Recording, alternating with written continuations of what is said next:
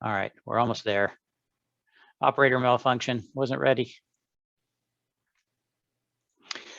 Okay, you should see my title slide. Looks good. Yeah. All right, very good, thank you. Okay, so good evening, everyone. I have given this presentation a number of times, and I'm probably gonna not tell some of you anything that you don't already know, but it never hurts to be reminded, especially a few days before a major contest. And it's amazing how just a few sunspots and some band openings get everybody's juices flowing again. I mean, you tune the bands this week and it's been nothing like before because everybody's on and chasing all the expeditions. So just about me, I've been a ham since 1973, so it's hard to believe it's been that long.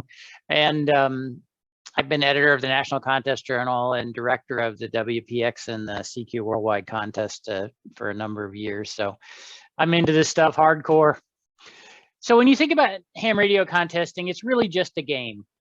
And every game is designed in a way that there's usually some kind of boundaries, like what the playing field looks like. There's obviously some definition of the players, how many players there are, and then rules about what they can do, what they can't do. And there's a way to keep score. Like you gotta, if we're gonna stack everybody up in a score listing, we gotta be able to know how scores are calculated and kept. And then once you know what the score is and you know the boundaries, then the element of strategy comes in where you start to think about how you want to maximize your score or your approach to the game. And not everybody in the contest is in it to win it. So obviously we have the guys at the top, the competitors, I'll call them, the people who are really out to try to win something or set records, or they're out for the ego trip of peer recognition, but they tend to operate more hours and bigger stations and really work hard at this. But they're the minority, so never forget that. The majority of the participants are guys that are in it for a variety of different reasons. Just for the challenge to see who they can work, see how many countries they can find, try to make a score that's bigger than the one they made last time. Maybe they only have a limited amount of time, so they try to do the best they can with the time that they have. Nothing wrong with that. And that, to me, that's one of the great things about contesting is it's really a game that you can kind of come and go. Imagine if the Boston Marathon was set up in a way that, of course, the elite runners are running the whole thing as fast as they can, but then anybody else could show up anytime they wanted. So the elite runners are coming to the top of the Heartbreak Hill, and all of a sudden, 500 people who are really slow decide they want to run. Well, contests are no different than that. So everybody gets out there in the field, and the elite guys have to work their way around the people who are just having fun. And believe me, when there's a pileup and you have to wait for the DX to work 25 people before they get to you, that's because there's so many people on, which is all great. And then there's a lot of guys, I call them participants, but they're also people who aren't even really in the contest, but if they get on and make some QSOs, they're definitely helping make the game more fun, because this is one of those rare sports where we actually have to get the cooperation of the other players to make our score better.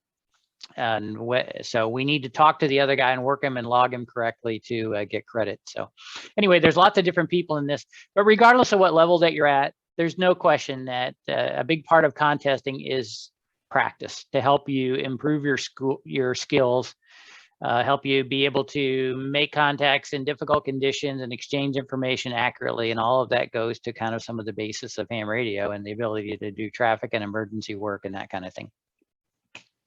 So we're going to talk about 5 elements that I think go into making somebody a successful contester, and feel free to apply these at kind of whatever level that you want. But I think the first one is you have to be prepared. You need to do the work to have your station be ready and reliable. Because if your station is failing, your radio fails, or your antennas all fall down, it makes the contest much more difficult. So I think from a station design perspective, probably the best thing you can do is invest in antennas. Nothing really seems to pay off as much as having more or bigger antennas up higher, more of them, so you have more flexibility and so on. Obviously, having a small tri-bander up in the air will probably work better than just a wired dipole most of the time. But, we're all constrained by what we have, and that's okay. But if you're going to invest in something, antenna is a good place to start. The next thing is, if you're going to do a contest, anything more than 4 or 6 hours straight, you need to try to make the station as ergonomically comfortable as possible. So you want things to be within easy reach. You want a comfortable chair. It's no fun to do a contest and then stand up and you feel crippled because you've been sitting in an uncomfortable chair for too long. And then obviously you want to try to do things right. So it never fails when you lash something together for a contest, and we've all done this. It's inevitably going to fail at the worst possible time. And especially this weekend, we're expecting a lot of rain on Saturday. So who knows what that will cause. But if you can, have spares. In my station, I try to make sure that all the mission critical components, I either have a spare or a way to work around it. And in the RIDI contest last month, I had one of my amplifiers stop working. And one of the nice things about SO2R is you have 2 radios. So I kind of quit for a while, feeling bad for myself. And I was like, wait a second, I still have another radio. I can get back in. So from a layout perspective, this is a picture of my station, fairly recent one. And I just want to point out a couple of key things here. I have an L-shaped cable, and part of the reason for that is I want the radios to be no further away than they have to be. So I don't want to have to be reaching a long way to get to them. In my particular case, I have to look at the keys when I'm typing, believe it or not. And so I like the monitor to be down somewhat low in front of the keyboard. So that's why I have the radios to the side and the monitor close in the front. So I'm not moving my head very much as I'm typing and finding things. And in my particular case, I'm right-handed. You can see the keyer paddles on the right. So I put all the rotators on the left, because inevitably you're trying to call somebody or you're doing something, and I wanted to be turning the rotator while I'm sending in the case of CW. So that's why all the rotators are on, control boxes are on the left.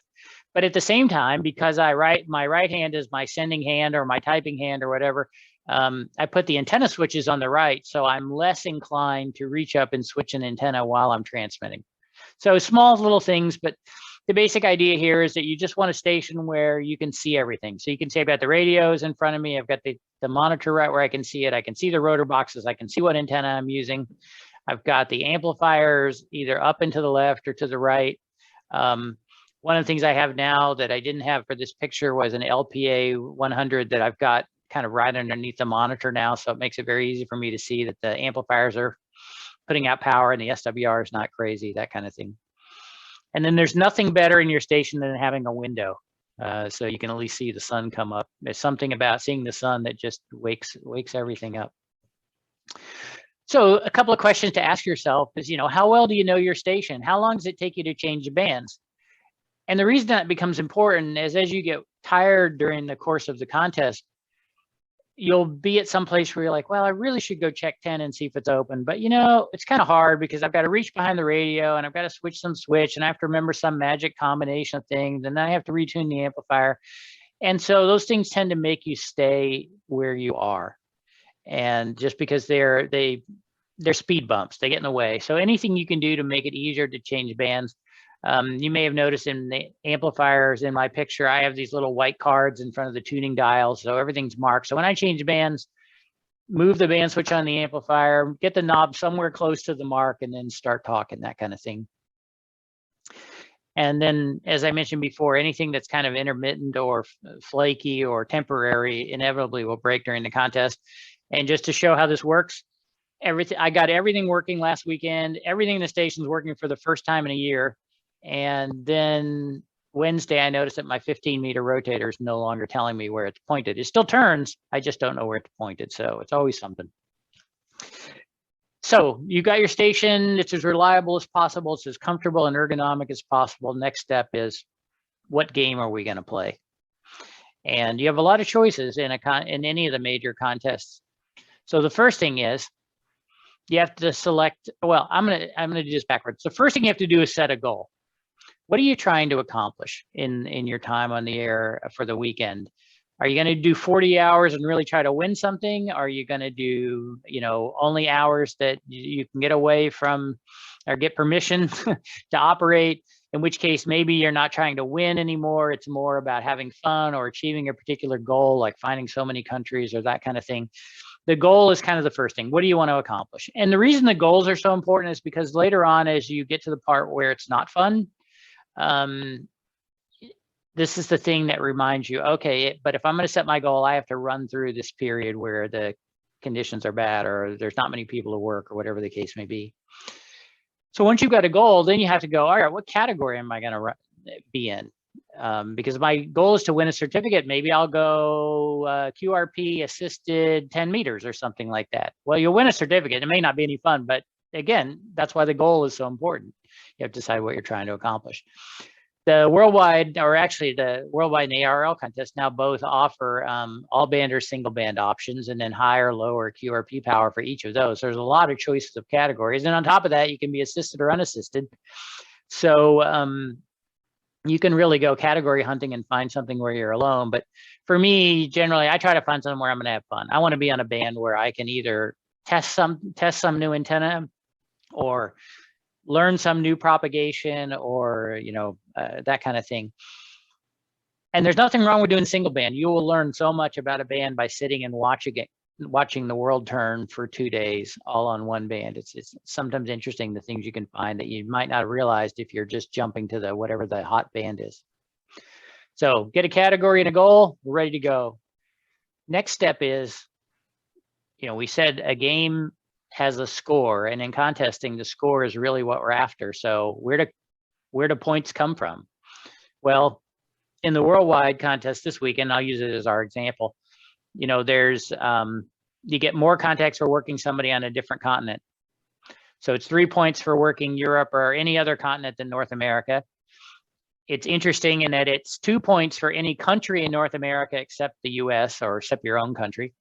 And then you get 0 when you work your own country. So what that tells you is, all right, you don't want to spend a lot of time working USA guys if you're in the USA. You want to really focus on trying to work Europeans or South Americans, that kind of thing. There's no difference in points per band in this contest like there is in WPX. So pretty much if you work a South American on 10 meters or 15 meters or 20, it doesn't matter. They're all the same points. You just want as many of them as you can. Now, once you've got your QSO points, the next thing is those get multiplied by the multiplier. And the multiplier is, in the worldwide, is CQ zones plus countries per band.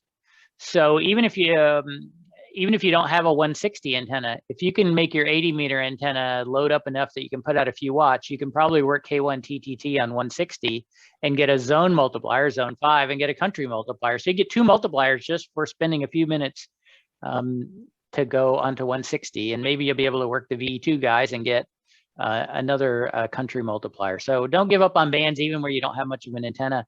You just need to make a QSO and get it in the log, and it will help your score. So pay attention to the country counts and the zone counts as you go, and don't miss any easy ones. That's probably the key thing, is if you can set your logging software up or in a way that as you're working different places, you can see, have I worked, like you work at KP4, you can see, oh, I'm missing KP4 on 20. Well, you want to remember that. So it's an example, probably as everybody has seen this somewhere along the way, but in the worldwide, let's say you have 1,000 QSOs, 100 zones in 250 countries, which should be a pretty decent weekend's worth of work. You have 980,000 points. So which is more valuable, working one more zone on 20 meters or working 10 more contacts? Well, think about it for a second. The answer is working the 40th zone on 20 meters. And this is a little bit of a trick question, but part of it is because well, actually I got that backwards, didn't I? So the higher score is working 10 more contacts, but working that 40 zone is much more satisfying. Number one, for the ego trip of having worked all 40 zones. And also it's a double multiplier, because if you haven't worked anybody in zone 40 yet, it's going to be a country multiplier as well. So, but the point here is 10 more contacts is worth more points at that QSO level than working one more double multiplier. And the reason for that is just each one of those 10 extra contacts, let's say, was a European, so you get 60 or was 30 more QSO points. and that overcomes the 2 extra multipliers. So I guess the lesson here is don't get hung up in some African pileup or some rare country pileup for 15 minutes when you can just go away and work 10 more people and then come back and probably work the multiplier then anyway.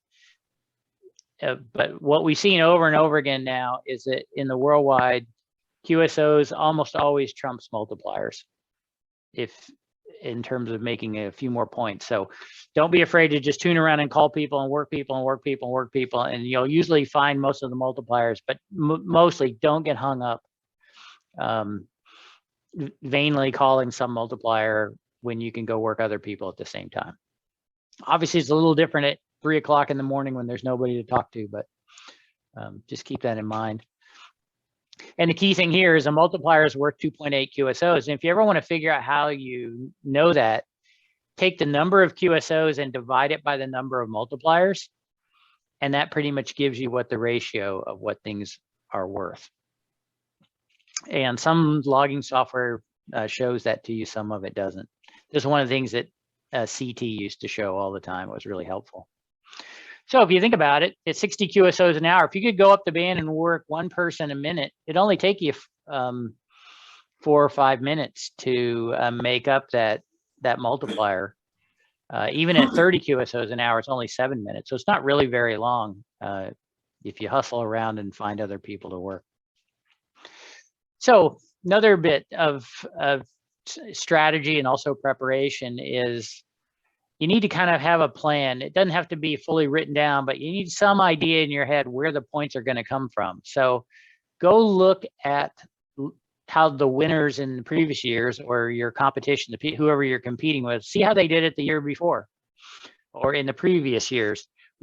How many QSOs did they have? How many multipliers did they have? And you can find all this for the CQ Worldwide contest. It's all online on the website. You can go to the website, select a category, select a country, select a year, and see all the scores from that area and also the band breakdown. So all the information of the logs is out there, and the logs are all public. So if you find a score that's very similar to the one that you're trying to achieve, get their log and just read through it. See what they were doing. Were they calling people? Were they calling CQ? What times were they calling CQ? That kind of thing. And here's the key thing that it's easy to forget. The world turns at the same speed every year. The tilt in the relationship to the sun is the same. The population centers don't move. So what that tells us is the openings are going to probably be at the same time each year because the demographics are such where the population centers are and where the sun is and so on. And so what that means is you can look at logs from previous years and get an idea of when things are going to happen. So here's an example of 2 logs. They're 7 years apart. One of them's at the top of the sunspot cycle and one of them's at the bottom. And the curves, the number of QSOs per hour, look very similar as we work our way through the contest. The difference is what band they're on. Notice that at the top of the sunspot cycle, there's a lot more black dots indicating activity on 10 meters and a lot less blue ones indicating 20. But at the bottom of the sunspot cycle, there's not many 10-meter hours, but a lot of 20-meter hours. But notice the curves are the same. So once you kind of know, hey, sunrise is at this time, and we know the bands are either good or bad, gives you a pretty good idea where to be. And what you find as you go from one year to the next is usually things just move up or down one band. This year, if the conditions hold the way they've been, 15 meters is rocking by 8 in the morning, by 12 Zulu. So this is why you don't see very much time on 20. 20 will open before the sun comes up. You get an hour there, and then 15 opens, and you want to just be on the highest band that you can, partly because it's easier to work people and anything to get off of 20. And you just have limited time there. You can always get the 20-meter guys later, but you want to be on the highest band that you can. So look at what other people have done in the past and try to build at least an outline of a plan. Now, a lot of the things I've talked about have come from you need to make QSOs or make score as quickly as you can. And so that means you need to be efficient. And efficiency comes from a couple places. Number one, you need to know the flow. Contests QSOs, especially in the worldwide, are really simple. It's a call sign and then a signal report in the zone. And most of the time, you know the signal report because it rhymes with 5.9, and you know the zone because your logging software is filling it in based on where the guy's located. You do have to pay attention for a few places like the Russians and the Americans. But because we know that contest QSOs are always a call sign, and then they're going to read your call sign and give you a report, and then you're going to read the same thing back. The more you do this, you don't even have to think about it. So you can focus all your energy on making sure you've got the call sign correctly in your head and then correctly in the keyboard so it's in the log. And a good example of this is when you learn to drive a car. I'm watching my daughter learn how to drive a car now. It takes every bit of energy for her to even think about what's going on. And a lot of times she still misses the traffic lights or the signs and this kind of stuff because it's just a lot of stuff coming at her and she doesn't know what to focus on. And ham radio contests can sound like that when you first start. But after you practice for a while, and if you've got experience driving over a number of years, it's amazing. You don't think about it. It's all happening at the subconscious level. You somehow notice the traffic light is changing. You anticipate what's going to happen. You're able to focus on other things and talk to people at the same time. Well, the same thing, the more you practice contesting, the more it gets to the subconscious where you can start to think about, oh, even as you're working somebody, okay, I'm on the right band. Should I change the bands? Do I have this guy's call correct or not? That kind of thing. And then it's funny, it's strange that we have to have this in a radio competition, but it's really gotten to the point now, you do want to learn how to type. You don't have to be great at it. I'm not a touch typist, but you do have to be really good at getting things from your ears, through your brain, out your fingers, into the keyboard. And some people, that's been one of the things that really helped me have a low error rate because I'm pretty good at that. But it's definitely something to pay attention to, and a good habit to get into as you're working people, type them in, hit enter so they're in the log, and then look at the log to make sure you got it right. So don't try to figure it all out after the contest. Oh, there's a typo, wonder what his call really was. Do it while you're operating. You got plenty of time. Since our goal here is to go fast, short is good. Call sign exchange done. You don't need to say anything else. Nobody needs to know the weather. I have no problem with saying hi to people that you know by name and stuff. That's one of the cool, fun things about contesting where there's a certain camaraderie here. But for the most part, nobody needs to hear about anything else. Or maybe tell them that they're loud. Everybody loves to hear that they're loud. But, avoid wasting time with extra words. And the favorite one, of course, is please copy. There's no reason to ever say that in a contest exchange. Or there's really no reason to ever read back contest exchange. I know some of the Russians tend to do this a lot because they have some contests where accuracy costs both operators, the one who made the mistake and the other one. And so they'll read things back just as a confirmation. But for the most part in the CQ worldwide, just if a guy says, okay, you're 5908, you just say 5905 and move on. No reason to say anything else. So just from a technique standpoint, I'll talk about phone first. You want to, if you're running, you'd like to have a nice rhythm where you're kind of doing things in the same way every time. The people who are calling you will get used to it. You'll get used to it. Say your call often. Even when I was at V47T, I generally set my call almost every QSO. Number one, it's courteous, and number two, it doesn't really cost that much time. And it prevents some dupes and so on. I like to answer people with the phonetics that they use when they call me, unless they're really crazy, stupid phonetics, in which case I'll just use the standard ones. But so a lot of times people, if they hear back what they said, especially non-native speakers, it's helpful for them. And then here's a funny one, go slow to go faster. I listened to NN1C when he was at ZF1A last year, and he was trying to run guys faster, and so he was talking faster. And that kind of sort of works, but it doesn't, because people don't understand you very well. It's probably better to be more articulate. And so even though it feels like you're going slower, because there's no repeats, if you can eliminate one repeat or two repeats every few minutes, you maybe made another QSO in that hour. So make sure your audio is really clear and that you articulate. For CW, I think the key thing here is you have to be prepared to vary your sending speed based on conditions. There's some guys who just like to send fast all the time, whether people can copy them or not. That's their thing. But, you know, I tend to send a little slower than most of the top 10 guys, just because I want people to get it right the first time and not have to ask for a repeat. I let the computer send everything if I can. Number one, I don't send with the paddle very well. And number two, it's just easier to do that.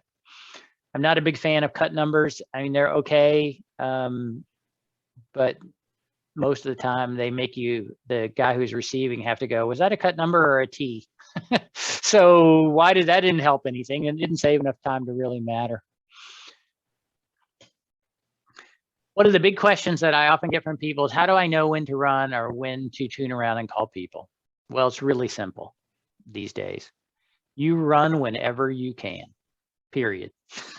That's the rule. If you can call CQ and get people to answer you, that's the mode you want to be in. There's a couple of reasons for that, but the biggest one is if you tuned around and called people all weekend, which you can do, especially if you're assisted, you can make a pretty decent score just calling people, but you can't make a great score because you're only going to work other people who call CQ, and you win the contest by working all the people who are not in the contest. By all those guys that were in the participant category, and those guys all tend to tune around. So if you call CQ, then some of them will call you, and that gives you more QSOs that you wouldn't make any other way than calling CQ. Now, it's a very opportunistic thing. Sometimes you'll get a great CQ frequency and you might run guys for 5 minutes and somebody moves in on top of you and all of a sudden your rate disappears or goes away. Okay, you got to move. Not everybody can be super loud all the time, and conditions are changing all the time. So you don't own any frequencies, but you have to be prepared. If you hear a clear one, call CQ, and if people answer you, stay with it. When they stop answering you, then go do something else. Now, search and pounce or tuning around, you do that when you can't run. So if you can't run anybody, you got to still make QSOs, and the easy way to do it is to go find people. There are periods in the contest where you know that, okay, I only have a certain amount of time. A European sunrise would be a good one. Sun's coming up in Europe. I've got about a 1 hour period where I've got to work all the guys that I need on the low bands. So I'm gonna, even though I'd like to be calling CQ then, I really want to tune across 160. I really want to tune across 75 and make sure I can catch all those guys at the peak time when I might not be able to find them any other way. And then of course you're searching and pouncing when you're looking for a run frequency. Okay, I'm always looking for a run frequency, but I might as well work. If I hear a guy and I haven't worked him yet, I'm going to work him because it's a point. But there's no magic formula. It really comes down to just kind of having your plan, and if you've done your homework, you know this is a period I should be running. So if you're really trying to win, you know that when the sun comes up, I better be on 20 meters and I better be calling CQ, because if I'm not, I'm losing. And the same thing, as soon as 15 opens, as soon as you hear a DL on 15 meters, you need to be calling CQ on 15, because if you're not, you're going to be too late, and then it'll be hard to find a spot.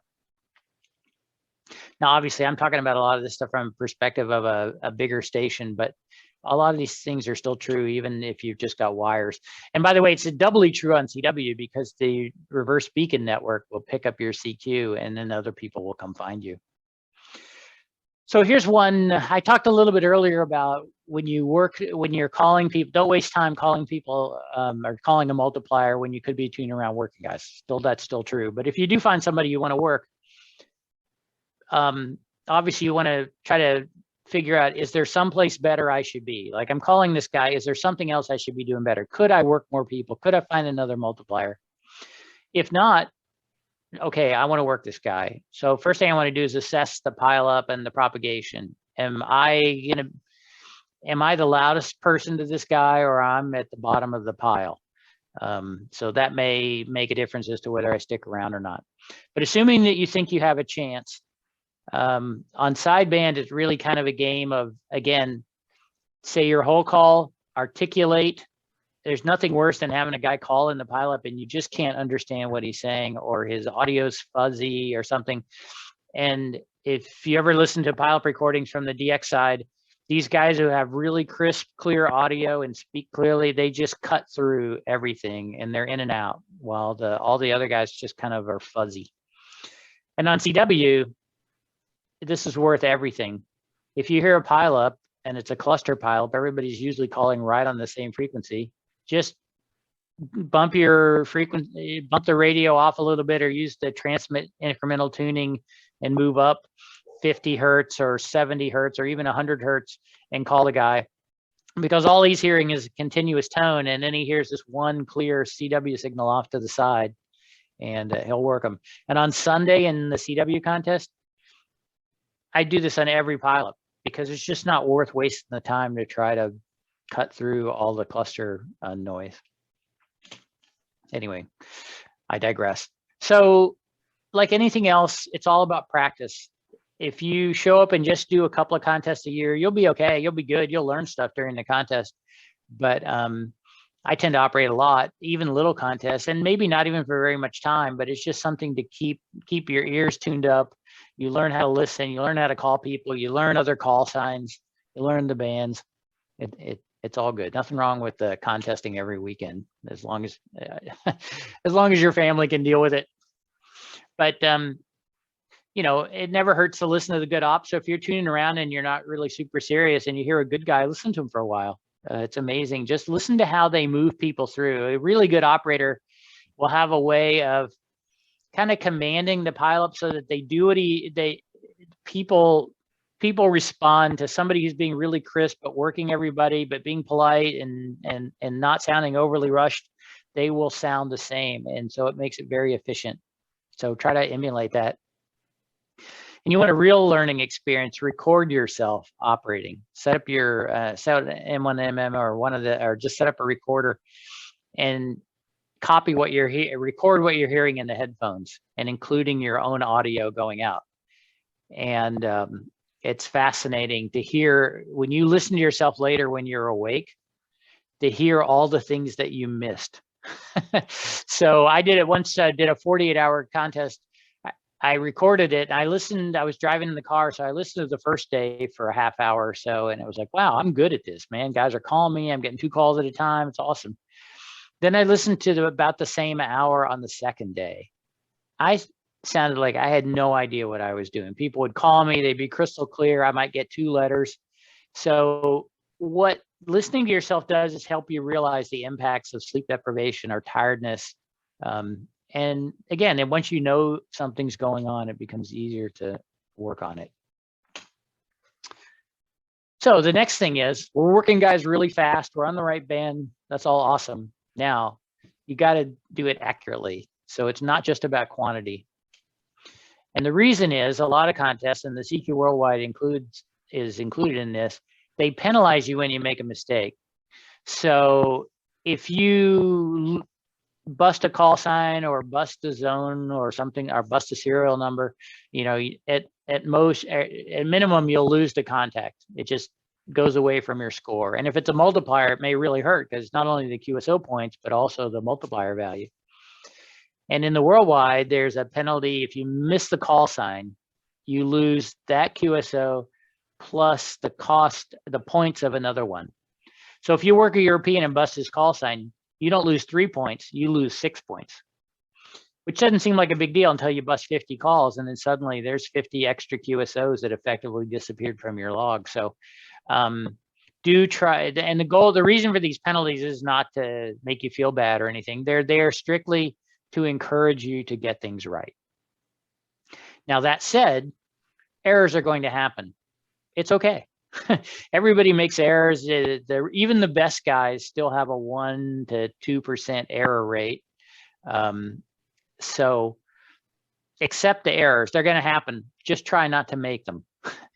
And when you get the log checking report after the contest, go through and figure out what kind of errors do you make. People generally make the same ones. It's either on certain Morse characters, ones with lots of dots, or it's on certain phonetics on phone and that kind of thing, or it's when you get tired, you may see you make more errors in the second day than the first day, that kind of stuff.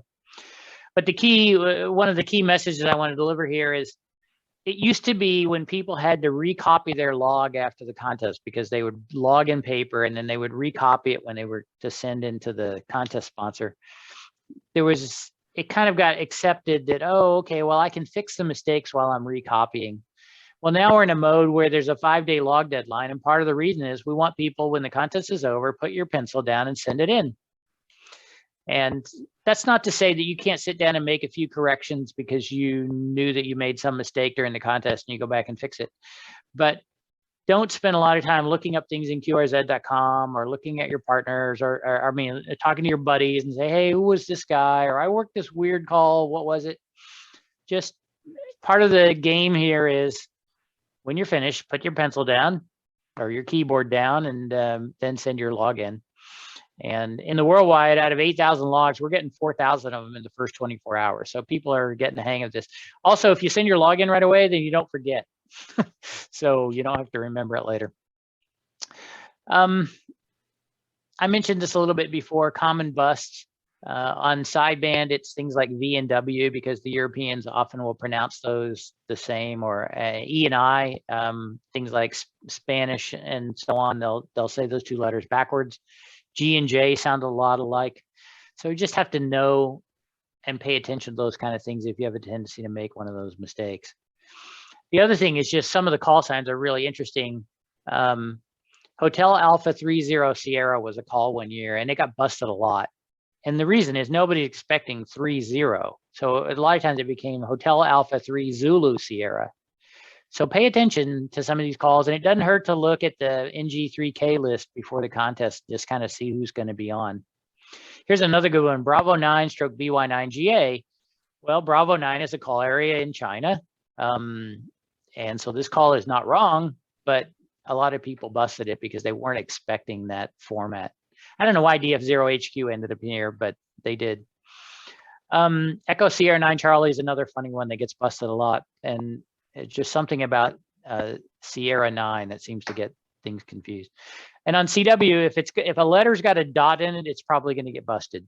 If it's got more than one dot, it's more likely to be busted. So something like Japan Sierra 3 Charlie Tango Quebec, his most commonly gets busted as Japan Hotel 3. And ES9C becomes Echo India 9. And V47T becomes like a million different things. V4ZT and so on. And there's our buddy HA30S again. So lots of these kind of busts that, again, it's just a matter of kind of paying attention and really having a call sign vocabulary so that you know what calls are possible. So I don't know how many nevers I can put in front of this, but never trust the cluster spots.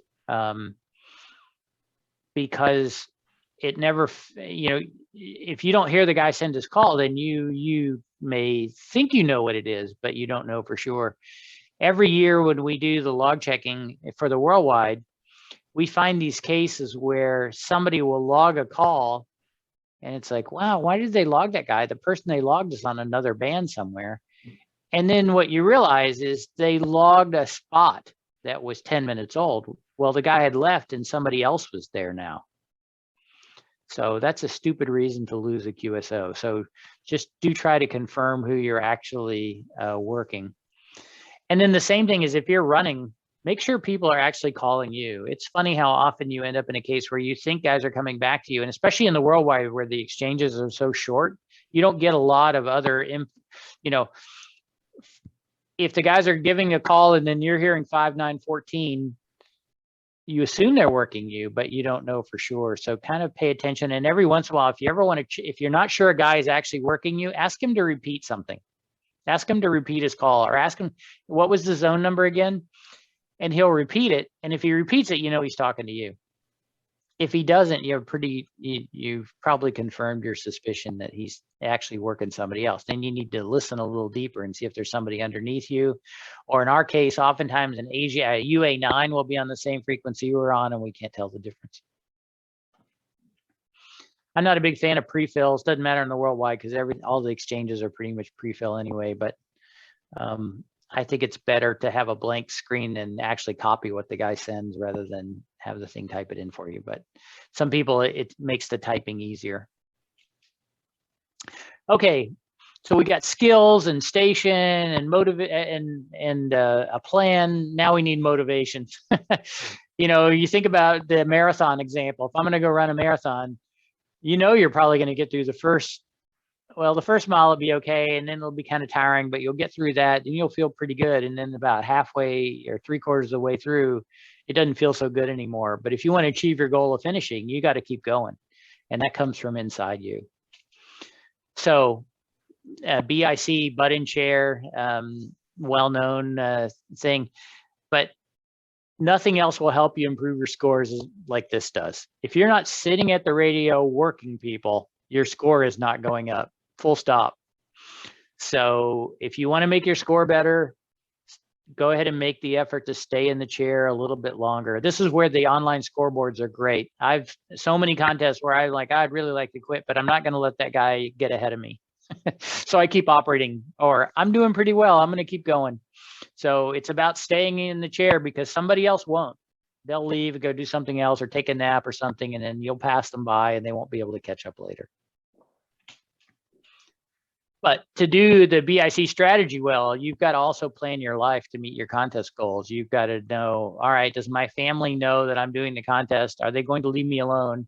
Sometimes you can't avoid work issues. They are what they are, but what can I do to make it so I'm not having to take so much time to eat? Or let me plan my naps so they come at time when the conditions are bad or the bands are slow or something like that. A lot of times if I'm doing a part-time effort, one of the things I'll try to do is operate at different times on the second day than I did on the first day. That way, even though I didn't operate that much, I made sure I was on for all the best times, either for rate or for multipliers or something like that. And again, we're back to that goal that we set at the beginning. What are we trying to accomplish? Because that's the thing you're going to have to keep remembering. Okay, why am I doing this? It's a little bit like the marathons are great. You know where the finish line is, and you know that your goal when you started was to get done. Well, in a contest, if my goal is to make 1 million points, then keep going, make 1 million points. Once you get to 1 million points, then you can decide what you want to do next. Another thing that's important in BIC time is sleep. And a couple of things to keep in mind. You can't train for lack of sleep. So there's nothing you can do to help yourself by doing sleep push-ups or whatever. You can't store sleep. Now, what you can do is get as much sleep as possible leading up to the contest so that you're well rested. But you can't, you know, there's no way to bank a lot of sleep and then spend it when you need it. And then here's my favorite one. This goes back to the recording thing. When you're sleep deprived, things that are really highly practiced or they're coming from the subconscious will tend to deteriorate more slowly. So my wife will come in and talk to me on Sunday afternoon during a DX contest. And she'll ask me a question and it'll take me forever to formulate a response. And yet I'm sitting there working, guys. So why is that? And it's just because I'm so tired that I just can't process the question and then process the answer. And yet, because working people, something I've been doing for years and years and years, it's something I can keep doing. So this is where practice really starts to pay off. When you're tired, you can still be able to work people, even if you're not fully thinking clearly. So get as much sleep as you can the 4 to 7 days before the contest. So we're now in the red zone. You should be trying to sleep at least an extra hour a night the next few nights. If you can, take a nap before the contest starts. All that time, all that extra sleep will definitely pay off to get you through the first night or make it easier. And then if you do sleep during the contest, do it in 90-minute intervals. That's the typical sleep cycle. And so if you set your alarm for 90 minutes or 180 minutes from when you fall asleep, it's easier to wake up. If you try to set your alarm for an hour or for 2 hours, you're trying to wake up when you're at the low part of the sleep cycle. And you can wake up and have this kind of sleep drunkenness where you're kind of awake, but you don't really know what you're doing or why you're there or something like that. Anyway, it makes some really interesting hallucinations, but just 90 minutes, just remember that and you'll be fine. So motivation, BIC, online scoreboards. You can be a single op, unassisted, and still contribute your score to the scoreboard. And it's very easy in N1MM and the other loggers to set it up to post your score. So pretty much it's something you set up, and then your logging software will send your score to the scoreboard on a regular basis. So when I'm operating, I often have the scoreboard on my second monitor, just showing whatever category I'm in, just for the motivation. I want to chase the guy ahead of me, and I want to chase him down, or I want to stay ahead of him. And it's amazing how much more fun the game is when you can see that everybody else is having a bad weekend, or that everybody's having a good weekend, but you're doing really well, that kind of thing. So by all means, use this. And I'm a big fan of contestonlinescore.com. It's a really nice site and has a mobile version, so it works really well on a cell phone, or you can I use the mobile version on my monitor because it's very small and can fit in the corner of the screen. So once you start the contest, keep pushing. The clock doesn't stop. You get 48 hours. Every minute that you're not working people, you're effectively giving up the ability to make score. You never know which QSO will matter. The log checking is so good nowadays that we're often seeing scores that are only a few QSOs apart. And no matter how good or bad it is, everybody else is experiencing the same sleep deprivation and frustration and everything. You just have, it's part of the game. Just go, oh, it's part of the game. Okay, I'm going to go find somebody else to talk to. So it's a system. You need good equipment, antennas, strategy, operator skills. You put all that stuff together, along with our 5 areas here: being prepared and motivated and accurate and efficient. And you will make better scores. And in the end, you're competing with yourself, because nobody really cares how you do except you. But it sure is nice to see yourself higher in the score listing than all the other guys. So it kind of works both ways. So with that, I appreciate your attention. And if anybody has any questions, we can entertain them. So as a single op assisted operator, I have to admit, a strategy I have found useful is to look for guys like K5 Zulu Delta, K1 IR, K1 KI, and just keep an eye on their frequencies. And if I don't hear them for 2 or 3 cues, steal that frequency. So yeah, you can try that. But well, you're right. I don't know if I would camp out on somebody, but more than once I've tuned up the band, heard a guy calling CQ, and then I keep tuning up the band and I hear that guy calling somebody. I'll go, oh, I remember that guy was on 156. I'll go back down there and see if I can take that spot. Yep, exactly. So sometimes you can, sometimes you can, sometimes you can't. Now, as YCCC members, it is in our constitution that we do the best we can to accommodate each other's operating on the bands during contest weekends. And I appreciate it. Randy, thank you very much. Yeah, well, there's a lot of psychology in this game. That's one of the things I like about it. It's better than the computer games where you're competing against a computer. There's actually humans on the other side of the radio, so they don't all respond the same way. Any other questions or comments? Randy, do you ever do SO2R on phone? You know, I have, but but not much. If I was really trying to win, yes, I would, because there's a lot of time where the CQ loop is running just like on CW, and there's no reason not to tune around on the second radio. But it's not quite as easy as it is on code. And you have a second monitor up above the station layout, but it wasn't on in the photo. What do you use that for? Oh, well, so actually, let's see if I can go back to my picture. Faster just to go. So actually, I have another monitor up above the antenna switches now. This monitor you see up above is actually a TV. So I'll often have the TV going while I'm operating contests, and believe it or not, it's often on the weather channel. And I want the TV on for no other reason, just to kind of remind me of the outside world. So the Weather Channel is good because, you know, you're seeing weather maps and every so often or the forecast, and you kind of have a feel for what's going on, the weather in the other parts of the country, what might be causing QRM, or you just get the sense of the passage of time or something like that. And you can watch it with the sound off, and it doesn't matter. But there's been everything on there: football games, Formula One, baseball games, anything. It's just visual stimulation.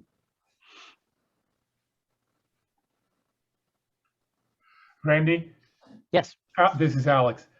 You mentioned you can look up logs of fellows from previous years. Where do you look this up?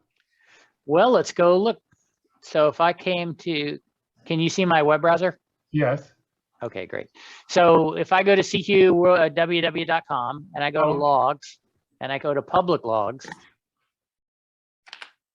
all of the logs for the last 15 years for sideband and CW are here. So if I go pick last year, 2020, and let's go find AK1MD. Did you submit one? There we go. So you come down and you find the log, and when you click on it, here it is. And it's just it's a text file shown in the browser, but you could easily download this or copy and paste it into something else if you wanted to do some log analysis on it. And the charts that you showed in one of the slides. So for those, which band opens when? Yes, for those, I was using a program called SH5.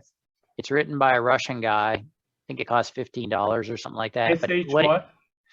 Sierra Hotel, the number 5, SH5. Okay. You can find it on the web. Yep, SH5. I searched for SH5 in Google, and it's the SH5 contest log analyzer. Great. And what I like about it, let's just run it real quick here.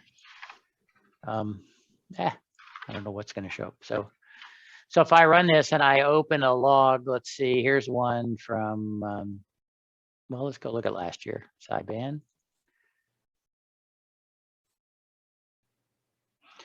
Now, when I do show, it read in my Cabrilla file, and now it's got all these things. It's going to tell me, okay, how many QSOs did I make on which bands, and here's a list of all the call signs that I worked. I don't really care about this. What I like is the rates. Okay, how many people did I work in 60 minutes? Oh, I worked 230 guys in 60 minutes. Or who did I work on 5 bands or 6 bands? So this shows me how many bands I worked each station on. And then here's the one, queues by hour. This is the one that I made the chart out of. So it's just nice. It's got a lot of stuff in this kind of graphical form, and a lot of the things I don't care that much about, but it is fun to just kind of look at. Like, what countries did I work the most of? In this case, it was Germany. What is a good tool to see propagation? When 15 is opening, and you know what?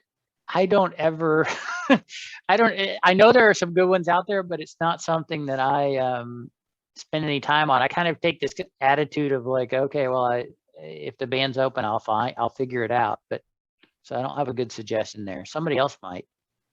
Anybody have a good one? I'm a big fan of prop.kc2g.com. I was going to say, we had a presentation on that earlier in the month.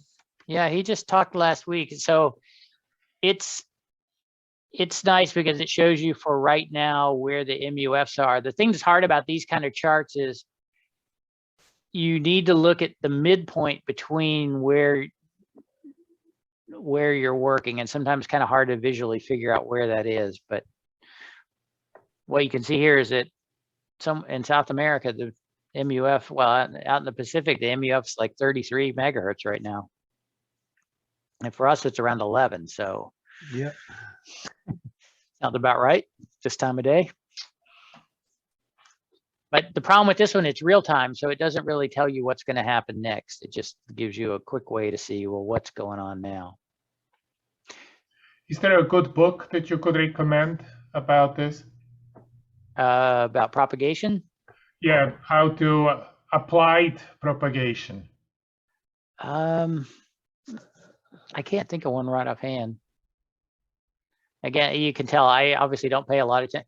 My idea of propagation is going to spaceweather.com and seeing, okay, is it going to be low numbers or high numbers this weekend? And that's pretty much it. All right, any other questions? Randy, is there any techniques that you use to reduce the din of single sideband contests, so that it doesn't make you crazy after listening to it for 30 hours? Yeah, it's called the off button. But no, there really isn't. It's just like running uphill, you kind of have to just deal with it. This is why we're also hungry for 10 and 15 to be open, especially 10, because you can get away from some of the QRM. And different radios sound better than others. I don't think the K3 is particularly good on sideband, as good as some of the other radios, but you have whatever you have, and you just have to find settings that make it sound less bad. But the attenuator is your friend a lot of times. Yeah, and 1.8 kilohertz bandwidths seem to help quite a bit. Yeah, it makes everybody sound a little pinched, but it does help sometimes. Hey, Randy, are you using the Heil HC4 element in your boom microphone? I am not. I'm using something. Oops. I forgot I have a camera here. So I'm using a Sennheiser gaming headset. They don't make this anymore, but I bought this thing 8 years ago, and it's been fabulous. But it's just a standard gaming headset that happens to have a a small mic plug on it and a small earphone plug, but it sounds really good. I've tried the Yamaha C50s. I really like them, but they're not very durable. So the follow-up, thank you. Go ahead. And then the Heils are fine, except that they're just head crunchers, right? They Yeah. kind of wear you out. So did you go through listening to an EQ and tweak that microphone so it sounds good in the intense portion of the audio spectrum?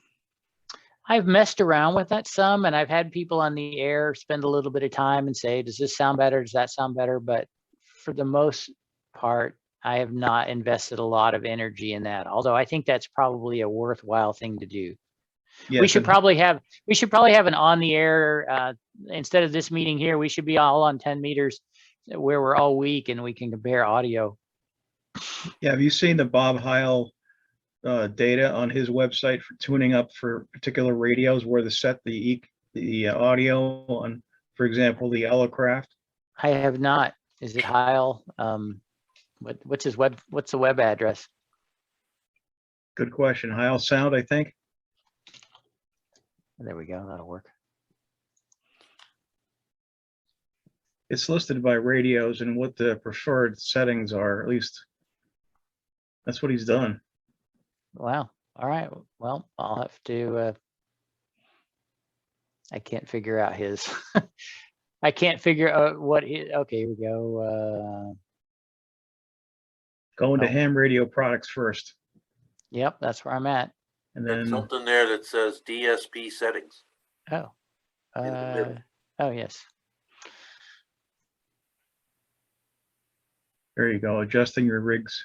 No, well, it's just All things Elecraft. Yeah. Yeah. Of course, this is probably for his, but no, that's good. That at least gives you a starting place. It's a funny thing because you can't really hear the difference in the what's coming back in your headphones. You really need somebody on the outside who really can hear the difference and tell you or record it and play it back for you. And I'll ask one final question. Are you using Vox or foot switch?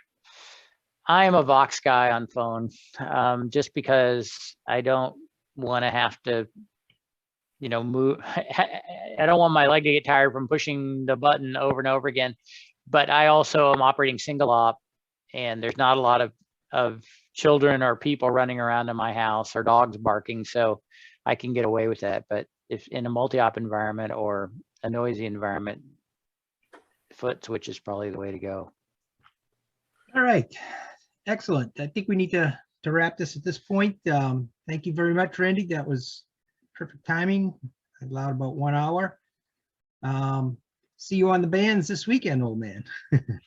All right. Well, thank you all for your attention, and good luck. Put some of this to use. All right.